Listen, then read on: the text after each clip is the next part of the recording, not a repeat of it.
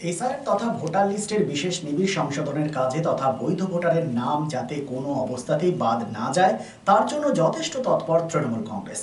দলের সর্বভারতীয় সাধারণ সম্পাদক সাংসদ অভিষেক ব্যানার্জি ও মুখ্যমন্ত্রী মমতা বন্দ্যোপাধ্যায়ের নির্দেশে রাজ্য জুড়ে সহায়তা কেন্দ্র খোলা হয়েছে, যেখানে তৃণমূল কংগ্রেস কর্মীরা প্রতিটি নাগরিককে বৈধ ভোটার যারা রয়েছেন তাদের সুনিশ্চিত করার জন্য সহায়তা ক্যাম্প করেছেন, যাতে মানুষের কোনো অসুবিধে না হয় তথ্য সংগ্রহ করতে। ভোট রক্ষা শিবির বারাবণী পানুরিয়াতে এরকমই ভোট রক্ষা শিবিরের উদ্বোধন করেন বারাবণী ব্লক তৃণমূল কংগ্রেস সভাপতি অসিত সিংহ। বহু সংখ্যক কর্মী সেখানে উপস্থিত ছিলেন। এসআইআর প্রসঙ্গে কি বললেন বারাবণী ব্লক তৃণমূল কংগ্রেস সভাপতি অসিত সিংহ, শোনাবো। রাজ্য জুড়ে কিন্তু ভোটার তালিকার বিশেষ সংশোধনী নিবিড় যে কাজ সেটা শুরু হয়েছে, যারকে আমরা আক্ষরিক অর্থে বলছি এসআইআর।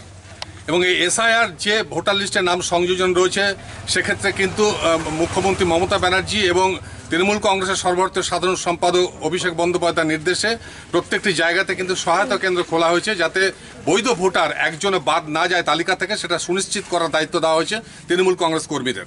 আমরা এই মুহূর্তে উপস্থিত হয়েছি বারাবণী ব্লকের পানুরিয়াতে, যেখানে এই মুহূর্তে সহায়তা কেন্দ্রের উদ্বোধন করলেন বারাবণী ব্লক তৃণমূল কংগ্রেস সভাপতি অসিত সিংহ।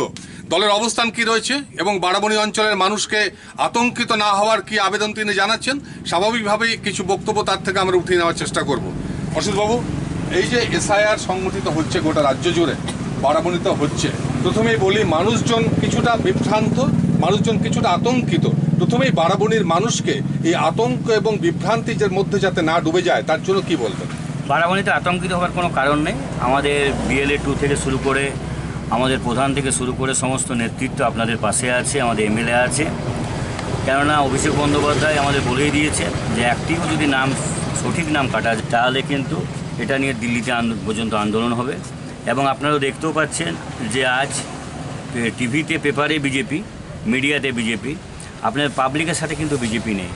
আপনার বিএলএ 2 যারা আছে সেগুলো কিন্তু ম্যাক্সিমাম 99% টিএমসিরই আছে সকলেই। ওদের কিন্তু দেখবেন ফিল্ডে না সিপিএম না বিজেপি, তারা মানুষের পাশে থাকে না, ওরা টিভির পর্দায় থাকে। আমাদের 8টায় ক্যাম্প খোলানো হয়েছে এবং চলছেও। কালকে আমাদের বিএলও থেকে ফর্ম ডিস্ট্রিবিউট করেছেন, আজ থেকে ফর্ম জমাও নেবে। কাল 2-4টে ফর্ম জমা পড়েছে, আজ থেকে ফর্ম জমা নেবে। এবং আমাদের বিএলও 2 সবসময় আছে, কোনো অসুবিধা হলে সবসময় তারা পাশে আছে। আতঙ্কিত হওয়ার, বারবার বলছি, আতঙ্কিত হওয়ার কোনো কারণ নেই, আমরা সবসময় তাদের পাশে আছি। বিধানসভা নির্বাচনের মাত্র কয়েক মাস আগে এই প্রক্রিয়া শুরু হয়েছে এবং 2 মাসের মধ্যে বলছে খসড়া ভোটার তালিকা প্রকাশিত হবে। কোথাও না কিছু মনে হচ্ছে যেটা একটা প্রভাবিত করার চেষ্টা হচ্ছে। আমাদের তো সর্বভারতীয় সাধারণ সম্পাদক অভিষেক বন্দ্যোপাধ্যায় বলেই দিয়েছে যে ওরা চাইছে, যেহেতু বাংলাতে যখন ওরা মানুষের ভোটে জিততে পারছে না তখন মানুষকে বোতলবন্দি করতে চাইছে। যে ভোট আগে কি হতো, আগে ডেভেলপমেন্ট ঠিক করতো সরকার, এখন বলছে ভোট কে দেবে সেটা আমরা ঠিক করব। এই যদি সরকারের নীতি নির্ধারণ হয় খুবই মুশকিল। আপনারা দেখেছেন যেখানে বলছে রোহিঙ্গারা এখানে আছে, যে জায়গা থেকে রোহিঙ্গারা ঢুকছে মণিপুর, মেঘালয়, আসাম, সেগুলো কিন্তু এসআইআর হচ্ছে না। আসামও ভোট ওয়েস্টবেঙ্গলের সঙ্গেই, কিন্তু ওদের দেখবেন কোনো এসআইআর হচ্ছে না, কিচ্ছু না, যেহেতু ওখানে বিজেপি সরকার আছে।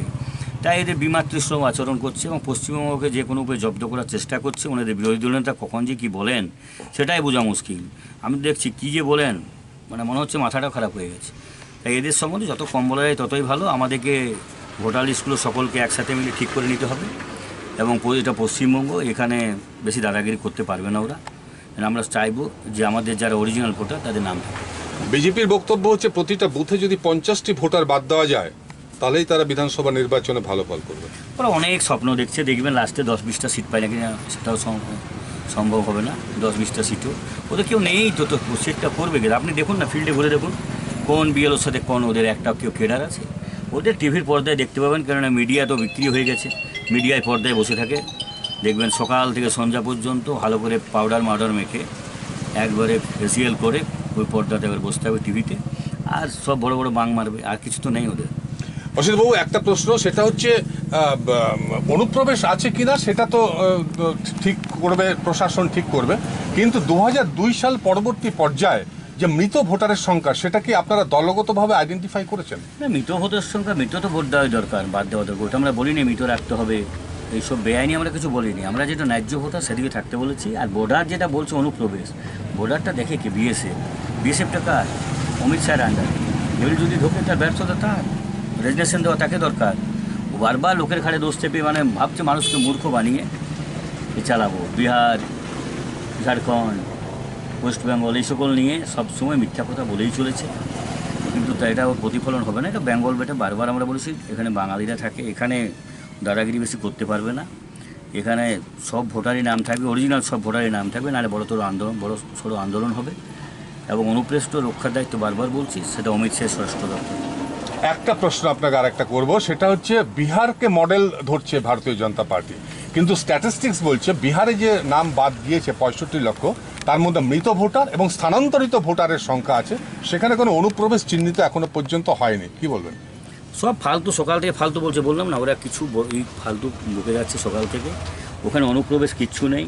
যেগুলো দেখবেন মৃত ভোটার অনেক দিন বাদ যাওয়া যায়নি, মৃত ভোটার প্রচুর পরিমাণে আছে, সেগুলো ওই জন্য বাদ হবে। এটা একটা বিরাট ভোটার, মানে মৃত ভোটারটার সংখ্যাটা অনেক আছে, এটা বাদ পড়েনি অনেক টাইম, নিশ্চয়ই এটা হবে। কিন্তু অরিজিনাল ভোটারের কাছে নাম বাদ যাওয়া যায়, সেটা কিন্তু সবসময় আমার দল সবাই আমরা সচেষ্ট আছি যাতে অরিজিনাল কারো ভোটার নেওয়া যাবে না, সে যে দলেই করুক না কেন। আমরা চাইছি 100% ফর্ম জমা হোক। আপনারা শুনতে পেলেন, খুব তাৎপর্যপূর্ণ প্রতিক্রিয়া একটা দিলেন অশিস সিংহ, বারাবণী ব্লক তৃণমূল কংগ্রেস সভাপতি, যে অন্য দলেরও যদি সে সমর্থক হয়ে থাকে তার নামটাও যাতে ভোটার তালিকায় থাকে, বৈধ ভোটার হিসাবে তার নাম যাতে সুনিশ্চিত হয়, তার জন্য কিন্তু তৃণমূল কংগ্রেস সচেষ্ট রয়েছে এবং পার্টি কর্মীরা সচেষ্ট রয়েছে। ক্যামেরা সাহেবের সাথে Paritosh Poddar, Barabani. Mondal Store, a complete store of home appliances, crockeries, plastic goods and gift items. Mondal Store at Mandal Goli, Domani Bajar, Domani.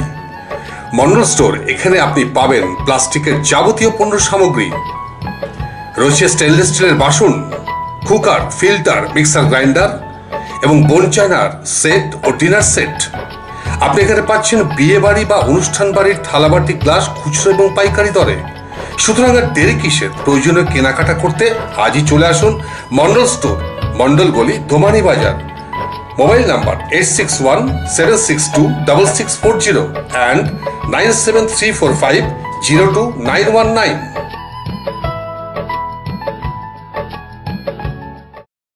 It's a good news for Asansol and Paschim Bardhaman district.